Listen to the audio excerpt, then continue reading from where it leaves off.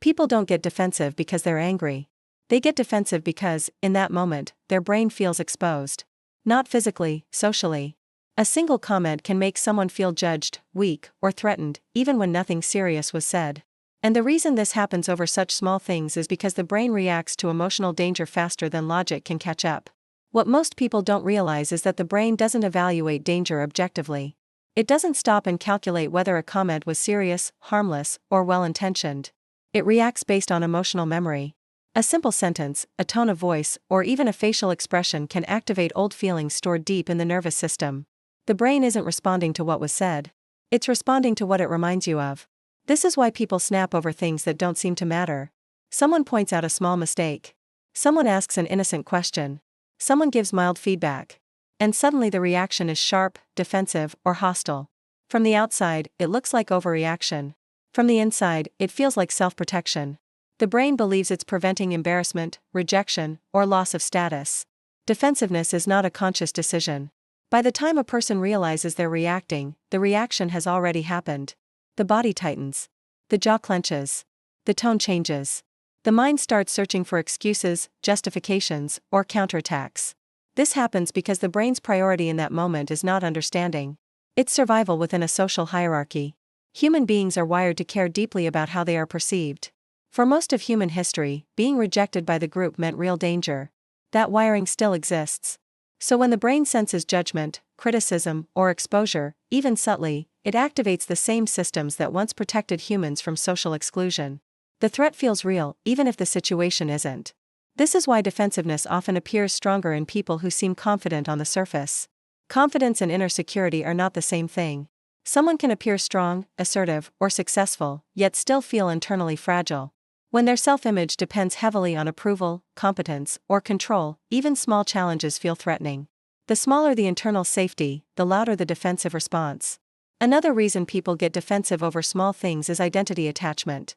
When people attach their identity to their opinions, habits, or choices, any challenge to those things feels personal. A disagreement doesn't feel like a discussion. It feels like an attack. A suggestion doesn't feel helpful. It feels insulting. The brain doesn't separate ideas from identity unless it has learned how to. Defensiveness is also amplified by shame. Shame is one of the strongest emotional triggers the brain has. It's the feeling that something is wrong with you, not just something you did. Even the possibility of shame can activate defensive behavior. The brain will do almost anything to avoid that feeling, including denying reality, shifting blame, or attacking the other person. This is why logical arguments fail so badly when someone is defensive. Logic requires emotional safety. But defensiveness exists precisely because safety is gone. When the brain is in protection mode, it filters information selectively. Anything that supports the self-image is accepted. Anything that threatens it is rejected. Facts don't matter when the nervous system is on high alert. People often misunderstand defensiveness as stubbornness or arrogance. In reality, it's usually fear. Fear of being wrong. Fear of looking foolish. Fear of losing respect. Fear of being exposed. The brain disguises fear as aggression because aggression feels powerful. Vulnerability feels dangerous. Defensiveness also explains why people react more strongly with those closest to them. With strangers, there's emotional distance.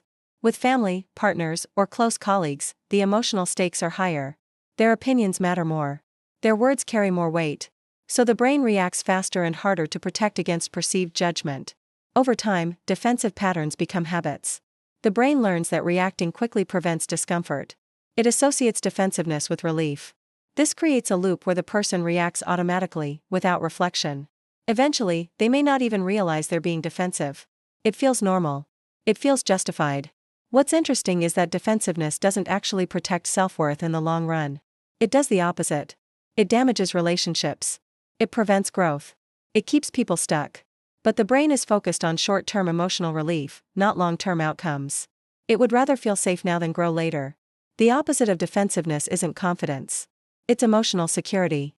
People who feel secure internally don't need to defend themselves over small things.